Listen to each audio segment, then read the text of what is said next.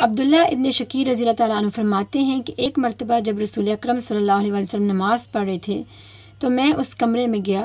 رسول اکرم صلی اللہ علیہ وسلم کے سینے سے ایسی آواز آ رہی تھی کہ جیسے کوئی برتن چولہے پہ رکھا ہو اور اس میں کوئی چیز ابل رہی ہو. اس طرح کی آواز رسول اکرم صلی اللہ علیہ وسلم کے سینے سے آ رہی تھی. یعنی رسول صلی اللہ علیہ وسلم رو رہے تھے. رسول اکرم صلی اللہ علیہ وسلم رو کیوں رہے تھے؟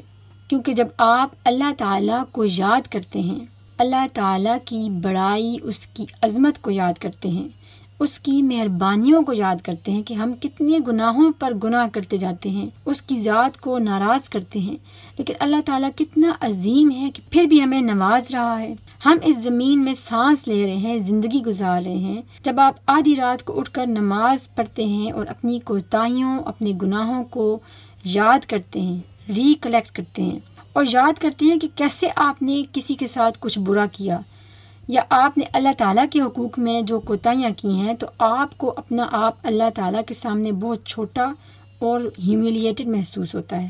آپ اللہ تعالیٰ سے معافی مانگتے ہیں، اس سے دعا کرتے ہیں، تو یہ ہو ہی نہیں سکتا کہ آپ کی آنکھوں میں آنسو نہ آئے. آپ یقیناً روتے ہیں. اسی طرح سے جب آپ اللہ تعالیٰ سے دل سے دعا مانگتے ہیں، دل سے معافی مانگتے ہیں، تو آپ کا دل بھی کٹتا ہے، جسے آپ باقاعدہ طور پر محسوس کرتے ہیں، کیونکہ آپ کو پتہ ہوتا ہے کہ آپ کتنے برے تھے اور ابھی بھی ہیں، اور آپ کو کچھ خبر نہیں کہ اللہ تعالیٰ آپ کی زندگی کو کیسے کنکلوڈ کرے گا، آپ کا آگے کیا بنے گا. تو آپ روتے ہیں اور عاجزی اور انکساری سے اللہ تعالیٰ سے دعا مانگتے ہیں، اور آپ بے اختیار روتے ہیں.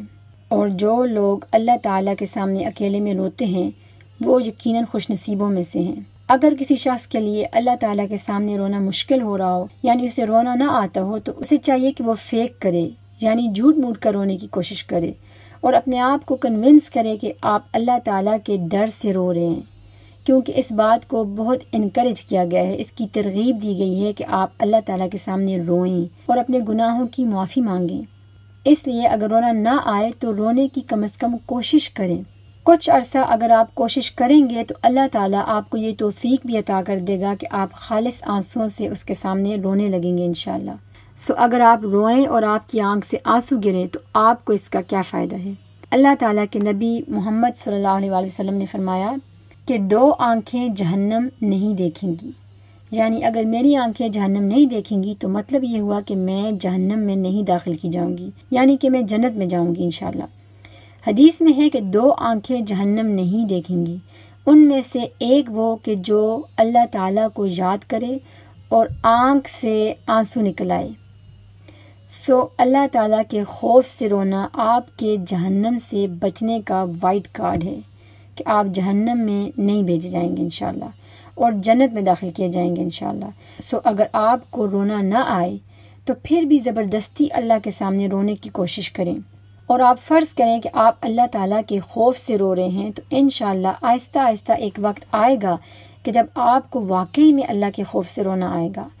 حضرت ابو ہریرہ رضی اللہ تعالیٰ عنہ سے روایت ہے کہ رسول اکرم صلی اللہ علیہ وسلم نے فرمایا کہ قیامت کے دن 7 لوگ اللہ تعالیٰ کے سائے میں ہوں گے. ان میں سے ایک وہ ہے کہ جو اللہ تعالیٰ کو یاد کرے تو اس کی آنکھوں سے آنسو جاری ہو جائیں. السلام علیکم و رحمۃ اللہ وبرکاتہ.